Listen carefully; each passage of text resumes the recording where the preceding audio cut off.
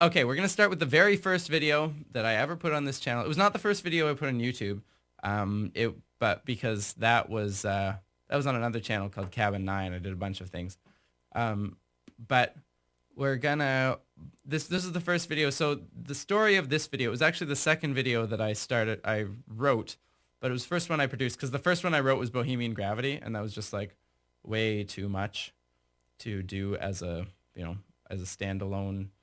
Like as a first attempt. So I was watching the Higgs boson discovery on like CERN video at like 5 in the morning when they discovered the Higgs bosons. This is 2012, and that is when I started writing this thing, because Rolling in the Deep was like the biggest thing on the biggest thing in the public consciousness at the moment. I'm trying to get it so I can see this chat better. Yeah, so let's watch it, and I'm just like, I haven't watched this thing in ages, so I'm just gonna like, like comment on whatever I can. I don't know how much I'll just leave it rolling and how much I'll actually like watch it. So let's see. They used to be super blurry. Says, is there a way to make the corner a little bigger? Oh, you want me to be bigger? Hold on a second. We can do that. Let's just take me. Drag me there. I don't want to like cut off too much of the screen. Yeah, but that's good, right? That's a little more reasonable. All right, let's watch this. Tell me if the sound comes through. If the sound's not coming through, let me know, because I'm not sure about this. Here we go. There's a collider. Oh goodness. All right away. Just like the tone of the voice. Like number one, I had very little production ability at this point. Look at my glasses. They're so crooked. Oh goodness. I've got that I don't think my hair's actually been this long since it's like now my hair is like this. My hair was like that then. It's a similar reason. I just didn't bother to get haircuts. But like the tone of my voice is like way back here. There's a collider. Like I hadn't really learned how to like this. Yeah. Transparency. Now let's keep it here. Let's keep me in this corner. This works. All right, let's watch it. Under Geneva, reaching new energies that we've never achieved before. Finally, we can see with this machine a brand new data peak at 125 GeV. See how gluons and vector bosons fuse. Okay, so this is this is my like lab. This is my blackboard in my lab where I used to, like, I was doing my master's at the time. This is just like the home blackboard there.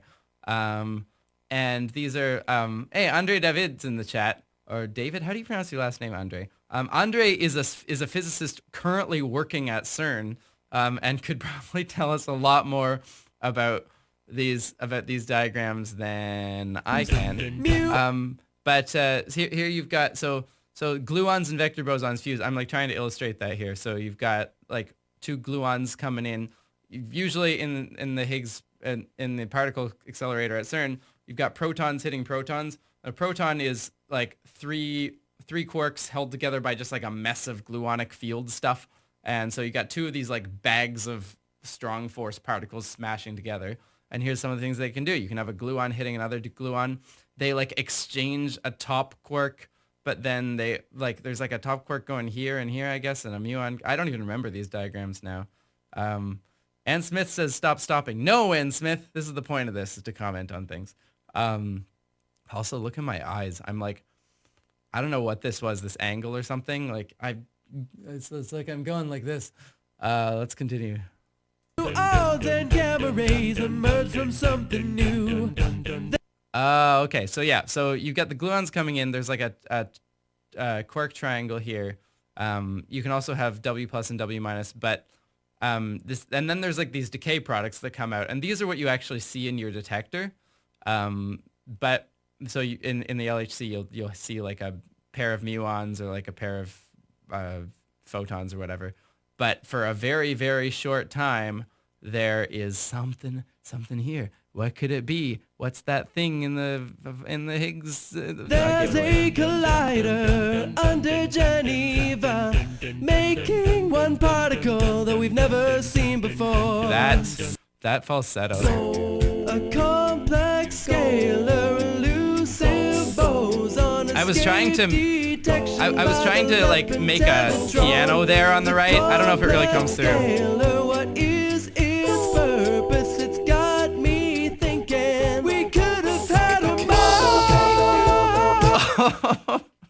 Oh, that attempt, like I still can't do, like I did this one live on a stream at one point, and I still can't do, like it's just a bad range for me. Could have had a model. Like that voice break is so painful here. Without a scalar field, symmetry required. Oh, the voice break. Oh goodness. So we break it with the Higgs. Oh, Andre is saying we still haven't discovered that decay 10 years later. Which decay, Andre?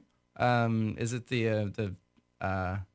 Higgs to pair of muons? Really? I thought that was like the cleanest channel. That was supposed to be like the golden signature was Higgs to 2 muons. Baby, I have a theory to be told. Standard model used to discover our quantum world. Hey, that's on my T-shirt. It's a more complicated version than what's on my T-shirt. The one that they sell, the T-shirt that they sell at CERN, is even more simplified than this. But this is the Lagrangian of the Standard Model. You got gluons and force particles and lots of. Anytime you see a slash through a thing here, think matter. Yeah. SU3, U1, SU2's our gauge. SU3, U1, SU2, or SU3, SU2, U1 is this complicated like hyperspherical structure, which is the overall symmetry group of the Standard Model. So what that means is that there's all these like internal symmetries at every point in space. It's like there's a little sphere at every point in space, and they can all rotate independently of each other, or like you can rotate them, your conception of them independently of each other in your equations without changing the equations. And this is this thing called gauge theory, and it turns out that that's actually what that's what the Standard Model and all of matter is made of, is these weird gauge theories. And why should that be true? Probably a very deep reason, but one that I don't know if anyone really knows why gauge theories. Probably because they're a generic, large, low energy limit of other theories. Anyways, let's continue. Make a transform and the equations shouldn't change. Yeah. The particles then must all be massless, cause mass terms vary under gauge transformation. Okay, so the particles there must all be massless because mass terms vary under gauge transformation. So the Standard Model has all these symmetries, and those symmetries actually make it very specific what you're allowed to do with the theory. And one of the things they don't allow is for anything in the theory to have a mass. If you have something that has like a what they call a bare mass, like a mass by itself, it breaks that symmetry. So the challenge with the Standard Model of particle physics is how do you get all of these, how do you give all these things masses in a way that's like sneaky, that doesn't break the symmetries? And so that's the problem that the Higgs boson solves. And that's what I'm talking about here. The one solution is spontaneous symmetry breaking. We could have had a bomb without a scalar field. The symmetry requires no mass. Oh man, I need to auto-tune that lead vocal. My goodness. Symmetry requires no mass. That's what I'm talking about. So the Higgs boson is what we call a scalar field, which is the simplest kind of field. It's one that basically just is one number everywhere in space. Except the Higgs boson is actually a complex scalar field, so it's one complex number in space.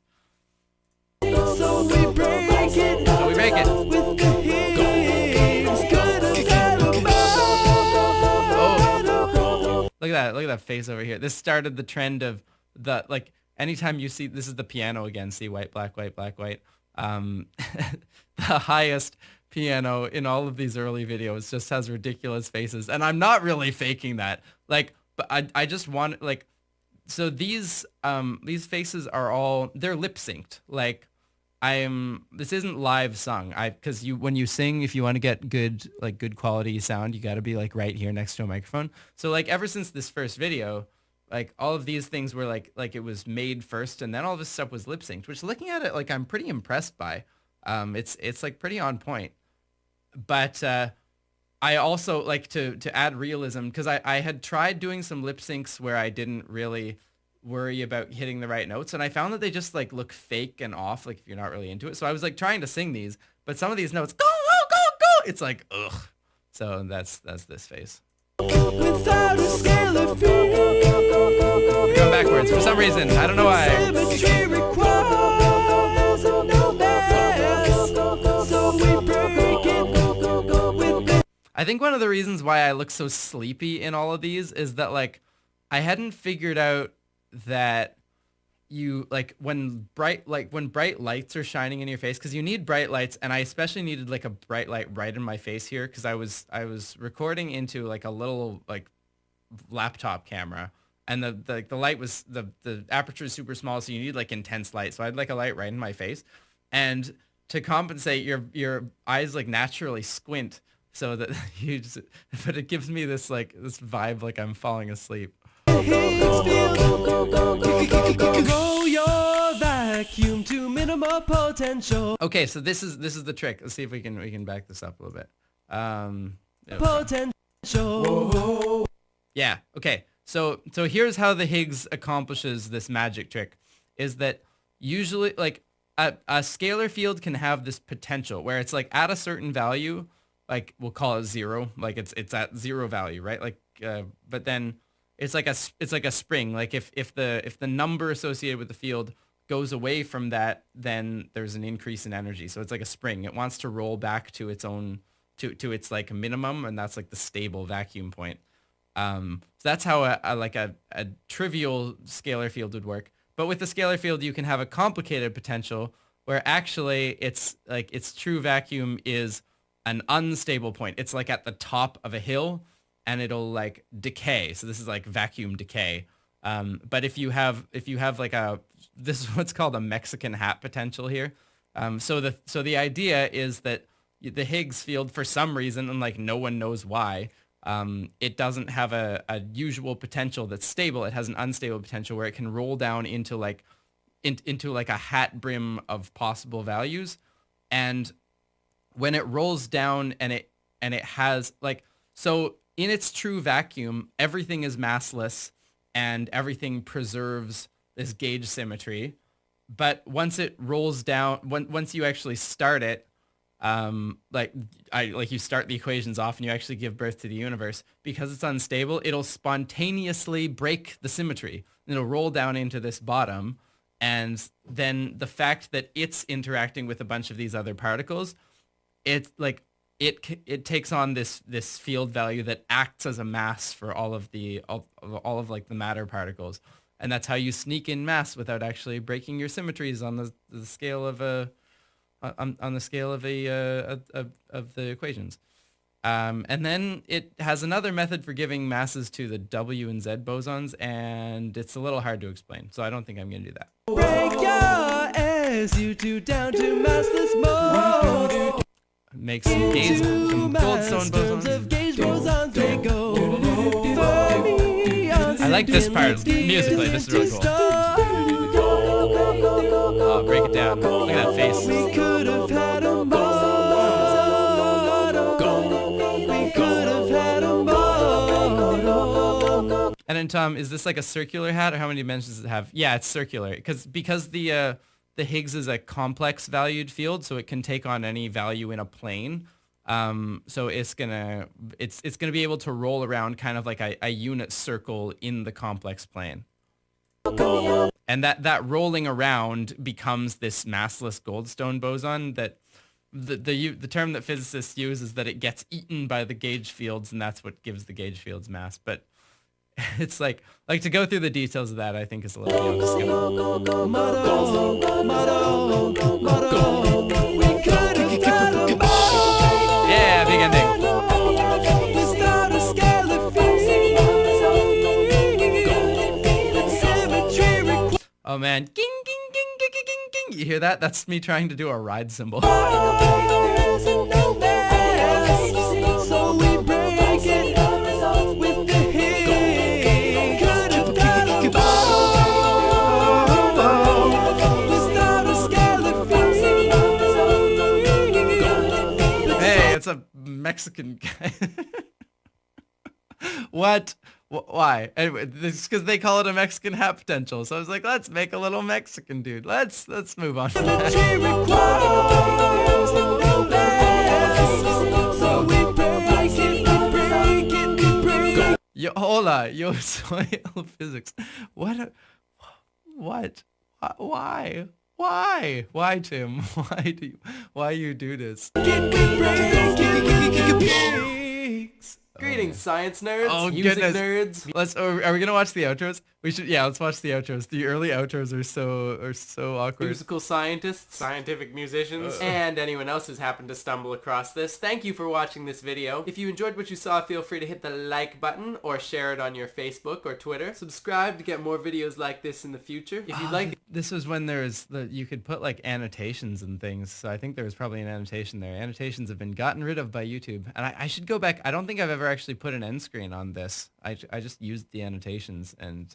The audio track to this video, it's available on iTunes. Link there. This is my first video, so I'm still figuring out what this thing is. If you have any suggestions for how to improve these videos, feel free to leave them in comments. This is me at 22 with a threadless t-shirt.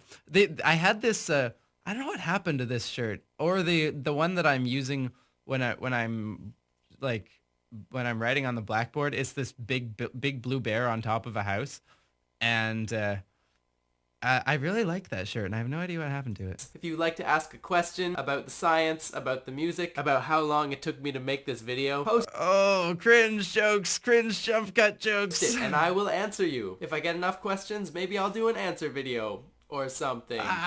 My name is Tim Blay, and this has been Acapella Science. Acapella science. First thing I ever recorded for this whole channel was that little acapella science do. Hey! See, I already knew I was gonna do the next video. Caught in the last This is a teaser, a year before it happened. Touch with reality. Hey, remember when teasers were a thing? All right. Hey. Okay, stop. Is string theory. So there's that one. Questions, comments, criticisms. I mean, it's like, I cringe quite a bit at that video, but I mean, as a start, like, you know, like the first video, I mean, I had a lot of like rehearsal. This is me after like a year of doing YouTube on another channel. So I kind of knew what I was doing, but like I was still editing in Final Cut Pro. I just had like a lamp in my face, and like I was using my laptop camera. Like I hadn't got any equipment yet. And that thing, like these early videos took so long to render on my laptop. Like Final Cut Pro, I would try to make like one of those complicated scenes with like 30 faces. It would just stop for like an hour. It's like, and then you like wait and like go do something else, you know, do some research or whatever, come back to it like, oh, it's still chugging along. Okay, finally it's working again. Cause I didn't know anything about like getting my videos into like a properly, like a good format for video software to work. And I had no sense of how to optimize these things, like pre-rendering or anything like that. I was just like throwing 30 videos into a video frame and being like, I hope this works. And then like to render these things, I would leave my laptop on and it would take like 3 days for some of them. I know for Bohemian, for M&M, it took like 3 or 4 days to render because I was doing like green screen on that one still with like the little laptop. Zach S. Seriously, why does no physicist remember what a Mexican hat was called? I have to know. Yeah, so now I use Adobe stuff. I use like Adobe Premiere and Adobe After Effects. And then for sound, I've always used the same Studio One program that I had back then, but I've got like a more recent version of it. Um, yeah, but that video, like I made that video and I put it up, and it was like I didn't know what was gonna happen to it. Like I think I sent like an email to a couple of my like physics colleagues, like, hey, I made this thing about our discovery. Isn't that cute? And like it just kept going up. Like I got like 6 or 7 thousand views on it, and I was used to like a couple hundred views, and I was like, what? Whoa! Like, what is this? This is something. That's interesting. And then someone from AFP called me up, Agence France Presse, and they were like, hey, we're gonna take that. Like, we thought that was a really cool video you made about the Higgs boson, and we like asked a couple of physicists for comments, and now we're gonna like write an article about you and put you in the newspaper. So I was like in like German newspapers and stuff over that one.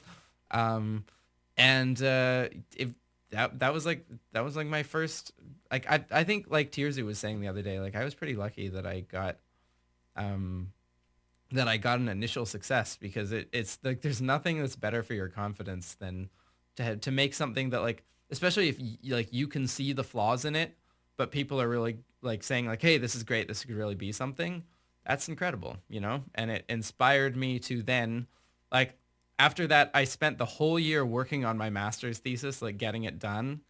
And then, like, once my master's thesis was done, they were like, you could do some revisions. And I was like, do I have to do revisions? And they were like, not really, it's pretty good. And I said, okay, I'm done. And they were like, you could also work in this for the summer before you apply to other things. And I was like, I don't want to apply to other things. I want to go do music. So I've like moved into this new apartment. I started working on Bohemian Gravity, and worked, like, I had been working on it, the sound all year, but then started doing the video.